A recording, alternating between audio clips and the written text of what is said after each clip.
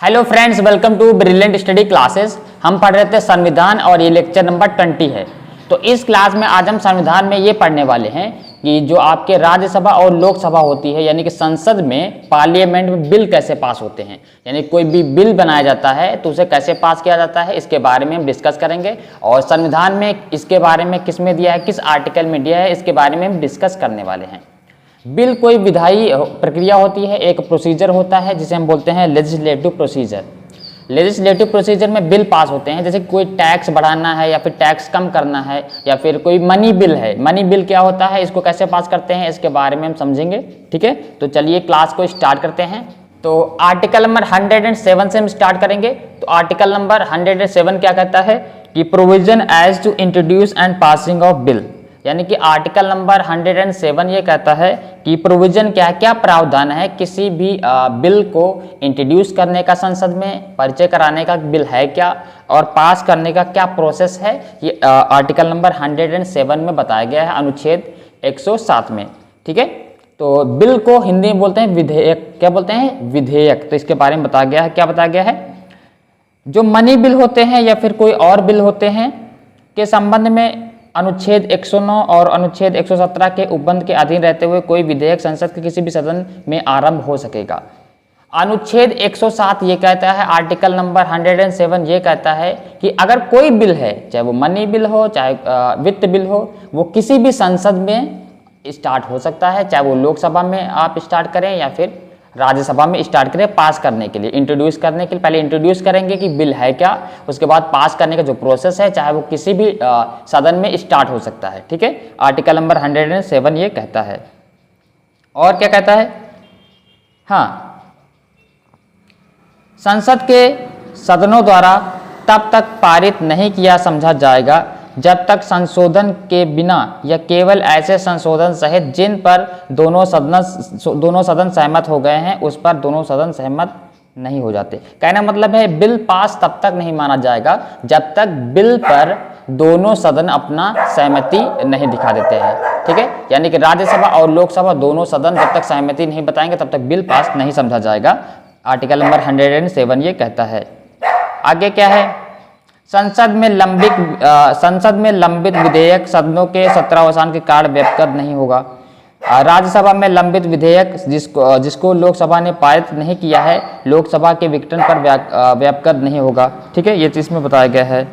और कोई विधेयक जो लोकसभा में लंबित है और जो लोकसभा द्वारा पारित कर दिया गया है और राज्यसभा में लंबित है, अनुच्छेद 108 के उपबंध के अधीन रहते हुए लोकसभा के विघटन पर व्यवगत हो जाएगा। 107 आर्टिकल ये भी कहता है अगर लोकसभा का विघटन हो जाता है तो वहां पर वो राज्यसभा उसको पारित कर सकती है, बिल को पास करवा सकती है। ठीक है, फाइनल अथॉरिटी जो होगी वो राष्ट्रपति होता है। राष्ट्रपति किसी भी बिल को देख सकता है, देखने के बाद अगर उसमें कुछ चेंजेस कराने हैं, कुछ संशोधन करवाना है तो इनको आदेश दे सकता है। ये संशोधन करके पुनः संसद में बिल को लेकर आएंगे। उसके बाद फिर इससे इसकी जाँच होती है। जाँच होने के बाद फाइनल अथॉरिटी राष्ट्रपति ही उसे पास करते हैं। ठीक है, और उसके बाद इसमें वोटिंग भी होती है कि बिल को पास करना है कि बिल को पास नहीं करना है। 1/3 वोटिंग मेजोरिटी होनी चाहिए, यानी कि 1/3 मेजोरिटी जिसके पास होगी वो बिल पास हो जाएगा, अदरवाइज बिल पास नहीं होगा। तो आर्टिकल नंबर 107 ये कहता है। अब देखिए कुछ 108, ठीक है, अनुच्छेद 108 क्या कहता है? कुछ दशाओं में दोनों सदनों की संयुक्त बैठक, कुछ ऐसी सिचुएशन होगी जिसमें दोनों सदन आपस में बैठ के ही बातें करेंगे, बिल के बारे में चर्चा करेंगे। यदि किसी विधेयक यानी किसी बिल के एक सदन द्वारा पारित किए जाने और दूसरे सदन को पारित किए जाने के पश्चात दूसरे सदन द्वारा विधेयक अस्वीकार कर दिया जाता है, यानी कि एक सदन ने उसको पास कर दिया है, दूसरे सदन को भेज दिया है पास करने के लिए, फिर जांचने के लिए, तो वहां पर अगर दूसरे सदन द्वारा विधेयक अस्वीकार कर दिया गया है, रिजेक्ट कर दिया गया है, या विधेयक में किए जाने वाले संशोधन के बारे में दोनों सदन अंतिम रूप से असहमत हो गए हैं। ठीक है, अगर एक ने पास कर दिया, दूसरे ने पास नहीं किया, या फिर दोनों ने असहमति व्यक्त की है कि हम सहमत नहीं हैं, बिल आपका सही नहीं है, तो बिल पास नहीं होगा। ठीक है, या फिर दूसरे सदन को विधेयक प्राप्त होने की तारीख से उसके द्वारा विधेयक पारित किए बिना 6 माह से अधिक बीत गए हैं तो उस दशा के सिवाय जिसमें लोकसभा का विघटन होने के कारण विधेयक व्यवगत हो जाएगा, राष्ट्रपति विधेयक पर विचार विमर्श करने और मत देने के प्रयोजन के लिए सदनों की संयुक्त बैठक में अधिवेशन होने के लिए आहूत करने के लिए आशय सूचना देगा। मतलब कि संयुक्त बैठक कराने के लिए राष्ट्रपति सबको दोनों सदन को सूचना दे सकता है ताकि विधेयक के बारे में चर्चा हो सके। ठीक है, ये चीज़ अगर लोकसभा का विघटन नहीं हुआ है तो। ठीक है, और ये चीज़ में है कि संयुक्त बैठक में वो वहाँ पर क्या होगा, जांच होगी विधेयक की, यानी कि बिल की जांच होगी कि बिल पास करना है कि नहीं करना है। 1/3 मेजोरिटी होनी चाहिए बिल को पास करने के लिए किसी भी सदन में। ठीक है, आर्टिकल नंबर 109 क्या कहता है, इसके बारे में पढ़ लेते हैं।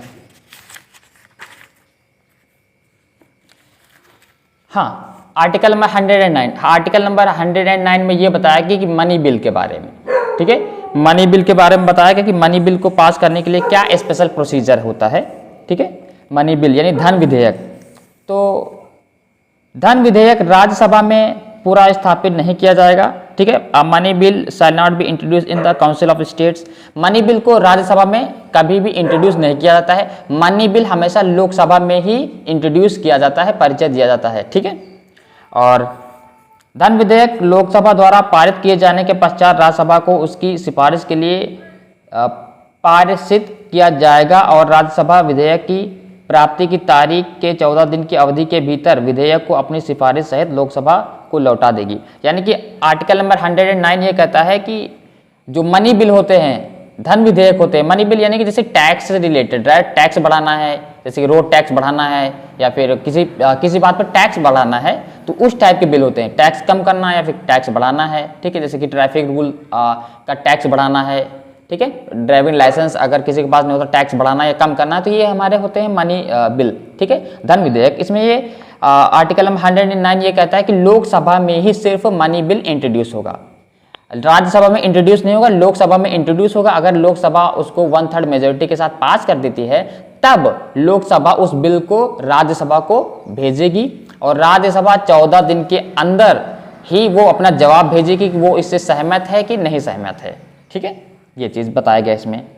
ठीक है, हाँ, ऐसा होने पर लोकसभा राज्यसभा की सभी या किन्हीं सिफारिश को स्वीकार या अस्वीकार करेगी। यानी कि जरूरी नहीं अगर वो सभी सिफारिश को लोकसभा स्वीकार करे या अस्वीकार करे। यदि लोकसभा राज्यसभा की किसी सिफारिश को स्वीकार कर लेती है तो धन विधेयक राज्यसभा द्वारा सिफारिश किए गए और लोकसभा द्वारा स्वीकार किए गए संशोधन सहित दोनों सदनों द्वारा पारित किया समझा जाएगा। अगर मनी बिल को लोकसभा ने पास कर दिया है और राज्यसभा को सेंड किया था और 14 दिन के भीतर रिपोर्ट आ गई है कि मनी बिल के लिए वो भी सहमत हैं, तो ये दोनों सदनों द्वारा सहमति से पास हुआ बिल समझा जाएगा।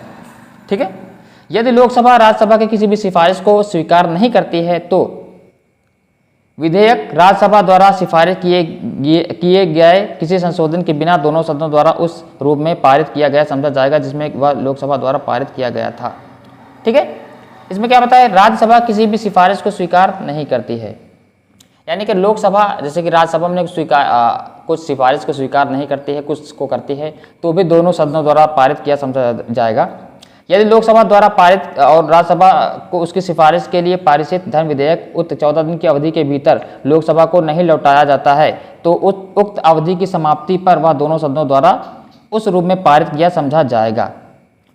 मतलब कि जैसे कि लोकसभा ने बिल पास किया, मनी बिल पास किया और राज्यसभा को सेंड कर दिया और राज्यसभा में 14 दिन तक रिपोर्ट नहीं सबमिट की कि वो सहमत हैं कि असहमत हैं, तो उसे दोनों सदनों द्वारा सहमत ही समझा जाएगा। ये आर्टिकल नंबर 109 ये बताता है। अब आर्टिकल नंबर 110 क्या है, धन विधेयक की परिभाषा, यानी मनी बिल की डेफिनेशन क्या है, मनी बिल क्या है, इसके बारे में बताया गया आर्टिकल नंबर 110 में। क्या बताया गया है, इस अध्याय के प्रयोजनों के लिए कोई भी धन विधेयक समझा जाएगा यदि उसमें केवल निम्नलिखित, मतलब क्या क्या चीजें हैं, किसी कर का अधिरोपण है, उत्साधन, कम परिवर्तन या विनिमय।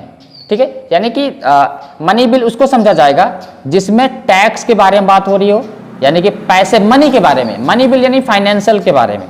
मनी बिल यानी कि टैक्स को बढ़ाना है या टैक्स को कम करना है या टैक्स में कुछ चेंजेस करना है तो वो मनी बिल होगा। भारत सरकार द्वारा धन उधार लेने का कोई प्रावधान है, ठीक है, ठीक है, कोई धन उधार लोन के लिए कोई बिल बनाया जा रहा है, ठीक है, जैसे किसानों के लिए लोन के लिए कुछ बिल बना दिया, कुछ कानून बना दिया, ठीक है।